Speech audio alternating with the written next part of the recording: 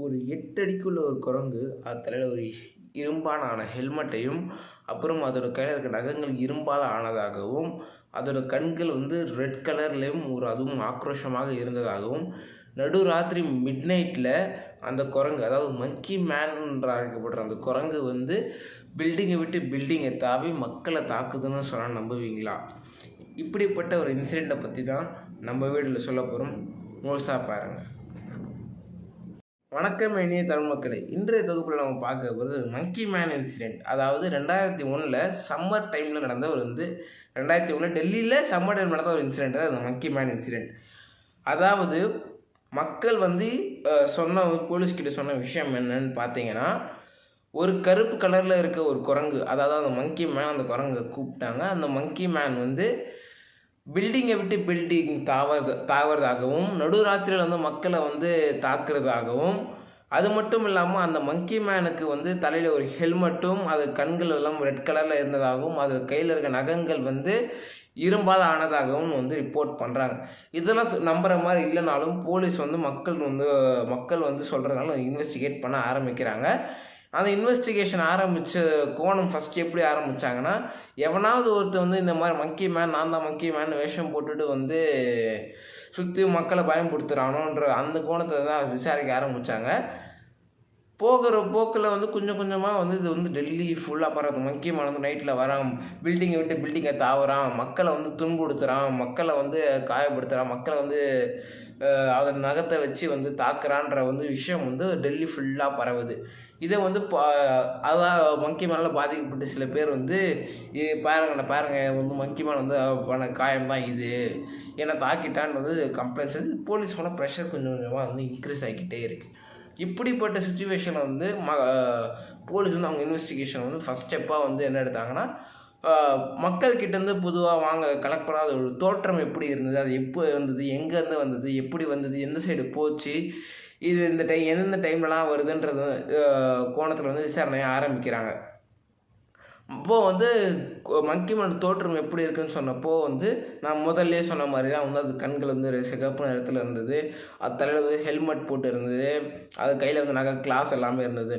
ஆனால் சில மக்கள், ஒரு குறிப்பிட்ட மக்கள் சொன்னது அது 4 அடி உயரம் தான். இன்னும் சில மக்கள் மெஜாரிட்டியான மக்கள் சொன்னது அது 8 அடி.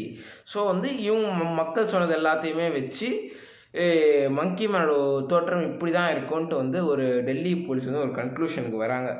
கன்க்ளூஷன் இது ஒரு வாண்டட் போஸ்ட் மாதிரி போட்டு கீழே ஒரு கான்டாக்ட் நம்பர் போட்டு, யார் அந்த மங்கி மேனை பார்க்குறீங்களோ பிடிச்சி கொடுக்குறீங்களோ அவங்களுக்கு ரிவார்ட்ஸ் இருக்குன்னு சொல்லி போலீஸ் இந்த போஸ்ட்டை ரிலீஸ் பண்ணுறாங்க.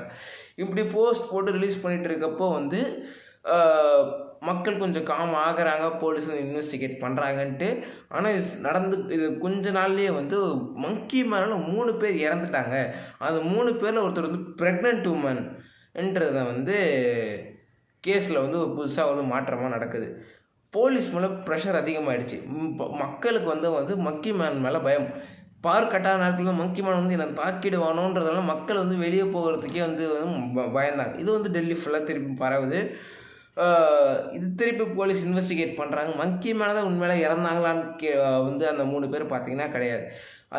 அதாவது இப்போ நம்ம கூட்டமாக எங்கேயாவது இருக்கிறப்போ நம்ம யாரோ ஒருத்தர் வராங்க அப்படின்னு நம்ம எல்லாரையுமே நம்ம பார்க்குற மாதிரி நைட்டில் எவனோ ஒருத்தர் மங்கி மேன் வரான்னு கத்துனதை கேட்டு அங்கே இருக்க மக்கள் எல்லாமே அங்கேருந்து தப்பிக்கணும்னு ஓடினப்போ அங்கேருந்து ஒரு 3 பேர் பில்டிங் மேலே தவறி கீழே விழுந்து இறந்து போகிறாங்க.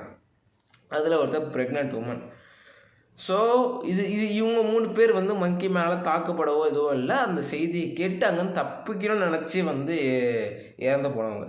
சில பேர் மங்கி மேலே தாக்கப்பட்டாங்கன்னு சில பேர் இருக்காங்க. கையில் நகம் பூரிச்சு, அதோட நகம் என்னை பூரிட்டு போயிருக்கு, அது என்னை தாக்கிடுச்சுன்னு சில பேரும் ஒரு மக்கள் இருக்காங்க. போலீஸ் மேலே ப்ரெஷர் அதிகமாகுது. மக்களுக்குள்ளே ஒரு நிறைய வதந்தி கிரியேட் ஆகுது. இது ஐயோ இல்லை இது குரங்கு டெல்லி ஜூலேருந்து தப்பிச்சு வந்துருச்சு, இது தாக்குது. இன்னும் சில மக்கள் இல்லை இது ஒரு அட்வான்ஸ்டான கிரியேச்சரு. இன்னும் சிலர் பயங்கரமாக அல்டிமேட்டாக வச்சுருக்காங்க. என்னென்னு பார்த்தீங்கன்னா, ஒரு குரங்கு மனுஷனை கடிச்சிருச்சு, அது மங்கி மேனாக மாறிட்டான், அந்த மனுஷன் மங்கி மேனாக மாறிட்டான்ற இந்த மாதிரி நிறைய ரூமர்ஸ் மக்கள் இடையில் பரவுது. ஸோ இது போலீஸ் மேலே ப்ரெஷர் அதிகமாகுது. ஸோ உடனே இந்த கேஸை சால்வ் பண்ணணுன்ட்டு போலீஸ் போயிட்டு இன்வெஸ்டிகேட் வந்து செம்ம இன்னும் தீவிரமாக்குறாங்க. மக்கள்கிட்ட போயிட்டு சொல்கிறாங்க, நீங்கள் இங்கே குரூப்பாக வந்து இந்த மாதிரி ஆர்கனைஸ் பண்ணி அங்கங்கே வைக்கிறாங்க மக்களே.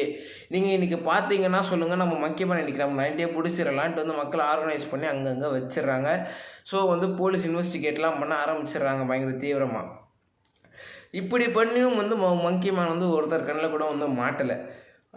ஸோ வந்து அந்த 3 பேர் இறந்ததுக்கப்புறம் வந்து போலீஸ் மேலே ப்ரெஷர் அதிகமானதுனால போலீஸ் வந்து வாண்டட்னு போட்டு இந்த மங்கி மேனை பிடிச்சி தரவங்களுக்கு 50,000 ரூபாய் ரிவார்ட்னு வந்து அனௌன்ஸ் பண்ணுறாங்க. மங்கி மேனை வந்து இந்த மாதிரி 50,000 ரூபாய் ரிவார்ட்னு அனௌன்ஸ் பண்ணதுக்கப்புறம் மங்கி மேனை பார்த்ததாக வந்து 300 பேர் மக்கள் வந்து டெல்லி அக்ராஸ் வந்து ரிப்போர்ட் பண்ணியிருக்காங்க. நான் பார்த்துருக்கேன். போலீஸால் வந்து இதுக்கு வந்து எதுவுமே தீர்வு கண்டுபிடிக்க முடியல. அதே மாதிரி ஒரு நாள் வந்து ஒரு குரூப் ஆஃப் பீப்புள் வந்து மக்களை ஆர்கனைஸ் பண்ணி வச்ச மாதிரி வந்து பீப்புள் அங்கே வெயிட் பண்ணுறாங்க ஒரு பஸ் ஸ்டாண்டுக்கு பக்கத்தில். ஐயோ அங்கே வந்து மங்கி மேனை பார்த்துட்டோம் வாங்கன்ட்டு வந்து போலீஸை கூப்பிட்றாங்க.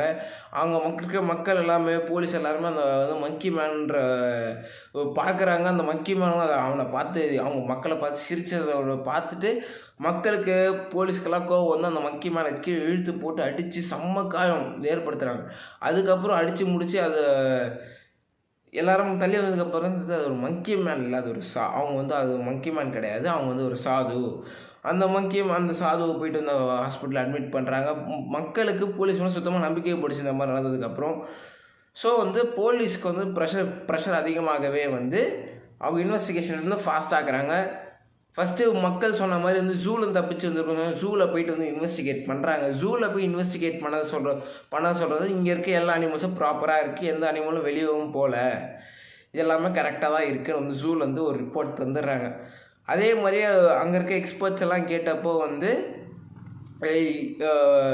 இது எல்லாமே வந்து ஒரு குரங்கு சரி விஷயமே கிடையாது. ஒரு அனிமலை வந்து நம்ம டிஸ்டர்ப் பண்ணால் தான் நம்ம திருப்பி டிஸ்டர்ப் பண்ணணும். நம்ம டிஸ்டர்ப் பண்ணுறப்போ எதுவும் பண்ணாது. அது ஒரு குரங்கோட சுபாவமும் கிடையாது. இவங்க சொல்கிறதுலாம் பார்த்தீங்கன்னா அது வந்து ஒரு மங்கியாக இருக்க சான்ஸே கிடையாதுன்ற ஒரு பக்கம் ஒரு கருத்தை வந்து வைக்கிறாங்க.